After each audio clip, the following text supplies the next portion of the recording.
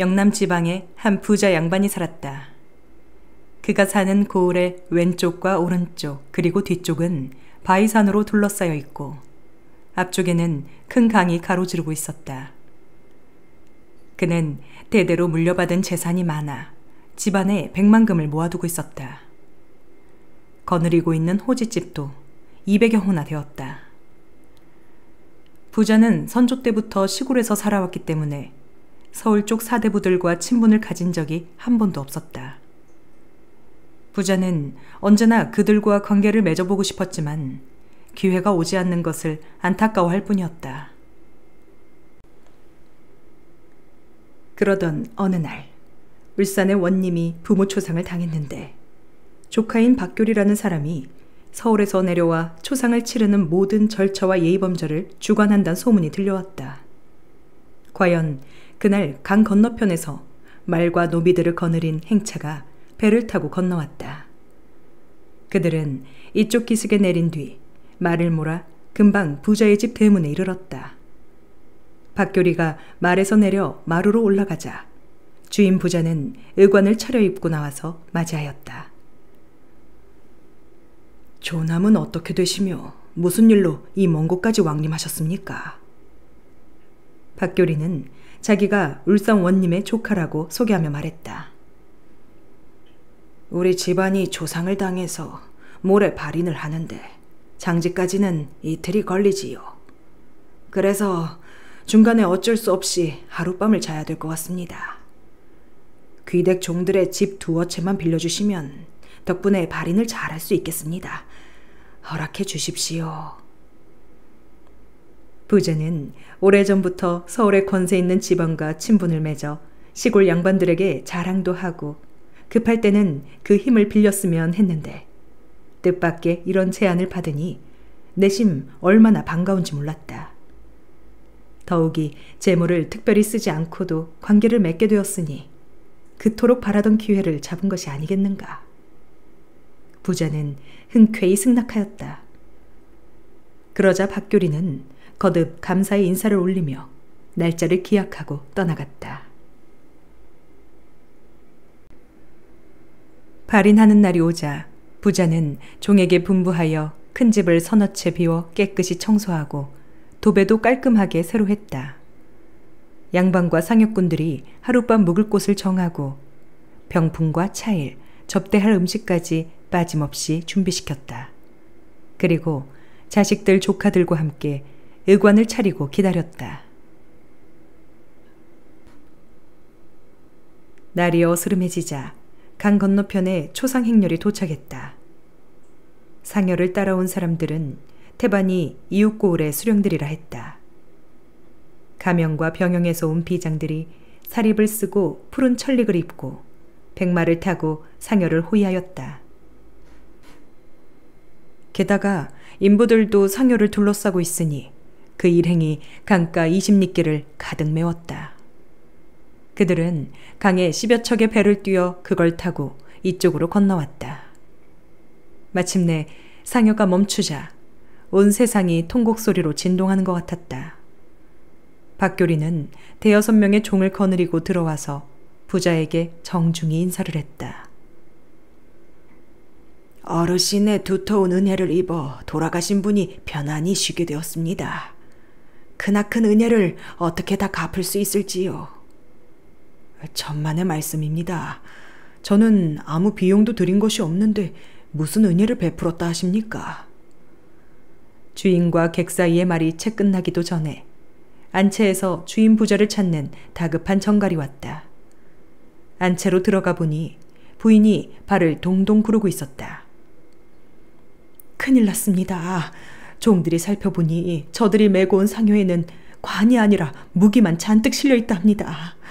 이를 장차 어쩌면 좋습니까? 이를 어쩌면 좋아요. 부자는 아차하였으나 일이 이 지경까지 이르렀으니 어쩔 도리가 없었다. 부인에게 마음을 잘 추스르고 가만히 있으라고 당부한 뒤 사랑으로 돌아왔다. 박교리가 물었다.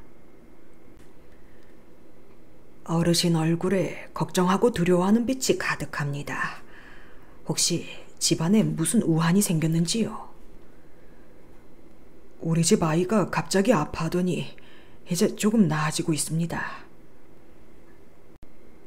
그러자 박교리는 웃으며 지금까지와는 달리 굵고 낮은 목소리로 말했다. 주인장은 통이 그리 크지 않구려. 잘 들어보시오. 우리는 실을 수 있는 것만 가져가기에 당신이 잃을 재물은 아주 가벼운 것뿐이오. 땅이나 가축, 집, 곡식 등은 손대지 않지요. 당신이 잃어버릴 물건이 적진 않겠지만 당신은 몇 년 안에 그 이상을 벌 수 있을 것이니 뭘 걱정합니까? 또 재물이란 온 세상 사람들이 함께 써야 하는 것이요.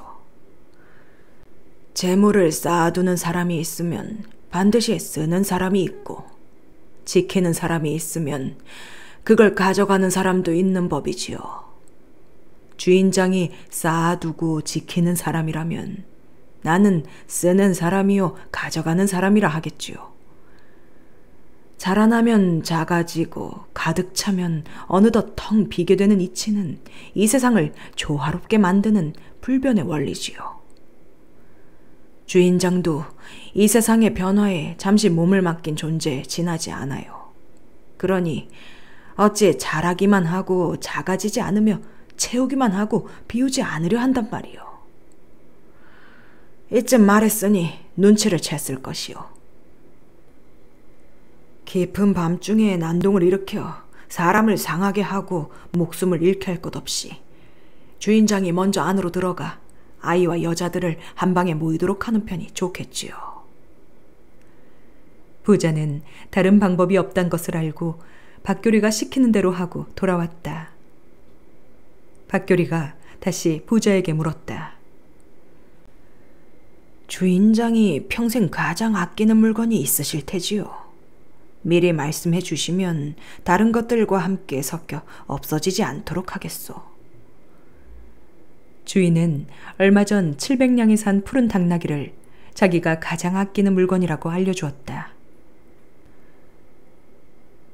어느새 수령과 비장, 상제, 복인, 행자, 곡비, 그리고 마부 차림을 했던 사람들이 모두 소매가 좁은 군사복으로 갈아입고 무기를 들고 바깥마당에 모여 있었다. 몇백 명은 될 것 같았는데 모두 다 건장하고 힘이 세 보였다. 박교리가 그들에게 명령을 내렸다. 너희는 안으로 들어가서 각 방에 있는 돈은 물론 의복, 그릇, 비녀, 팔찌, 구슬, 비단 등을 모두 꺼내오너라. 다만 아이들과 여자들이 모여있는 방에는 비록 억만금이 있다 하더라도 들어가지 말거라. 재물 모으는 것도 중요하지만 명분은 더 중요한 것이니라. 이 명을 어기는 자는 반드시 군율로 다스리겠다. 박교리는 그러면서 특히 푸른 당나귀에는 절대 손대지 말 것을 강조했다. 그리고 부자에게 말했다. 잘 안내해서 저놈들이 난잡해지지 않게 하시구려. 부자는 먼저 부인이 거처하는 안방으로 도둑들을 안내했다. 도둑들은 이어 큰 며느리방, 작은 며느리방, 막내 며느리방, 손자 며느리방, 소실방, 재수방, 큰딸방, 긴 골방, 짧은 골방, 큰 벽장, 작은 벽장, 동편 다락, 작은 다락, 앞곳간, 뒷곳간 등을 뒤져 구석구석에 있는 재물까지 모두 끌어내어 마당에 쌓았다. 또 바깥사랑으로 나와 큰 사랑, 중간사랑, 아랫사랑, 별당 등에 있는 물건들도 남김없이 쓸어내었다. 마침내 도둑들은 억만금이나 될 재물을 300~400필의 튼튼한 말에 싣고는 강을 건너 일시에 사라졌다. 박교리는 남아서 부자에게 세옹지마 이야기를 하며 위로하고 도주공이 재산을 모았다가 흩은 일로 충고를 하였다. 그리고 깍듯이 인사를 하고 작별을 고했다. 나 같은 손님은 한번 보기만 해도 큰 불행이라 다시 만나기를 원치 않을 테지요. 이제 헤어지면 다시 만날 계약이 없구려. 아무쪼록 주인장은 사리를 잘 깨달아 순리대로 살아 몸을 잘 보존하고 큰 복을 누리기 바라오. 그리고 지금부터라도 서울의 권세가와 교제할 마음일랑 갖지 마시오. 이번에 박교리란 자가 무슨 이득을 주었소? 박교리는 말에 올라타서 부자를 돌아보며 마지막 충고를 하였다. 재물을 잃은 사람들이 우리를 추격하기도 합니다만 아무것도 얻지 못했다오. 주인장은 그런 어리석은 행동을 하다가 후회하는 일이 없기를 바라오. 예, 어디라고 감히 그런 짓을 하겠습니까? 주인이 굽실굽실하며 대답하였다. 박교리와 남은 일행은 강을 건너 나는 듯이 말을 몰아 어디론가 사라졌다. 멍하니 얼이 빠져 있던 종들이 그제야 모여들어 이러쿵 저러쿵 서로 위로하고 혀를 차며 격분했다. 추격하자는 의견도 나왔다. 그놈들은 필경 바다에서 노는 무리이니 육로로 달아날 리가 없지요. 여기서부터 아무 포구까지는 심리도 안 됩니다. 놈들은 배를 타려고 반드시 그곳으로 갔을 겁니다. 그 포구 사람들과 힘을 합쳐 달려들면 그놈들 무리가 몇백 명이 된다 해도 우리가 패할 리가 있겠습니까? 부자가 쉽게 허락하지 않자 이를 제법 한다는 종들이 또 나서서 우겼다. 추격하지 말라는 도둑의 말이야 우리를 위협하기 위한 것이겠지요. 우리 장정들도 좋게 600명은 됩니다. 혈기왕성한 저희가 어찌 억만금의 재물을 잃고 가만히 앉아 있겠습니까? 이렇게 분한 일이 어디 있습니까? 아까는 뜻밖의 화가 미칠까 걱정되어 맞서 싸우지 않았습니다만 지금은 만반의 준비를 할 수 있으니 두려울 게 없습니다. 그놈들을 잡지 못하더라도 패하기 하겠습니까? 저희가 어떻게 하는지 두고 보기만 하십시오. 종들이 모두 이렇게 일어나니 부자도 어쩔 수가 없었다. 많은 종들이 여기저기 모여 추격할 채비를 시작했다. 그때 집 뒤 소나무 숲에 숨어있던 도둑들이 와! 하고 함성을 지르면서 뛰어나왔다. 도둑들은 사랑채 앞들로 곧장 달려가 모여있던 종들을 잡아뜨려 밟고 치고 또 상투를 잡아 끌어 패대기를 치고 뒤통수를 때리기도 했다. 삽시간에 그 많은 종들이 이리저리 나뒹굴었다. 비바람이 지나간 듯 벼락이 내리친 듯 도둑들은 순식간에 모든 걸 쑥대밭으로 만들고는 강을 건너 사라졌다. 종들은 모두 땅바닥에 뻗어 있었다. 눈이 빠진 놈, 팔목이 부러진 놈, 코피가 터진 놈, 뒤통수가 깨진 놈, 옆구리를 접질린 놈, 이가 빠진 놈, 귀가 떨어진 놈, 뺨이 퉁퉁 부어오른 놈, 이마에서 피를 철철 흘리는 놈, 발을 저는 놈, 살가죽이 터진 놈, 숨을 헐떡이는 놈, 눈만 멀뚱멀뚱 뜨고 넋이 나간 놈, 다치지 않고 성한 놈은 하나도 없었다. 그렇지만 아주 죽은 놈도 없었다. 이튿날 부자가 정신을 차리고 집안 구석구석을 살펴보니 남은 것이라고는 하나도 없었다. 마구간의 푸른 당나귀도 없어졌다. 그리고 이틀 뒤 새벽, 문득 강가에서 당나귀의 울음소리가 들려왔다. 부자가 급히 나가보니 잃어버린 푸른 당나귀가 강가에 서 있는 것이 아닌가. 안장 왼편에는 사람의 머리가 담긴 망태가 달려있고 오른편에는 편지가 끼어 있었는데 그 내용은 이러했다. 며칠 전 2차례 만나면서 결례가 많았습니다. 워낙 형편이 바빠 조용히 정담을 나누지도 못했네요. 뜻밖의 손해를 입은 뒤 건강은 어떠하신지요? 아마 재물을 잃은 것에 대해서는 넓은 도량을 가진 분이시니 별로 괴념치 않으리라 여깁니다.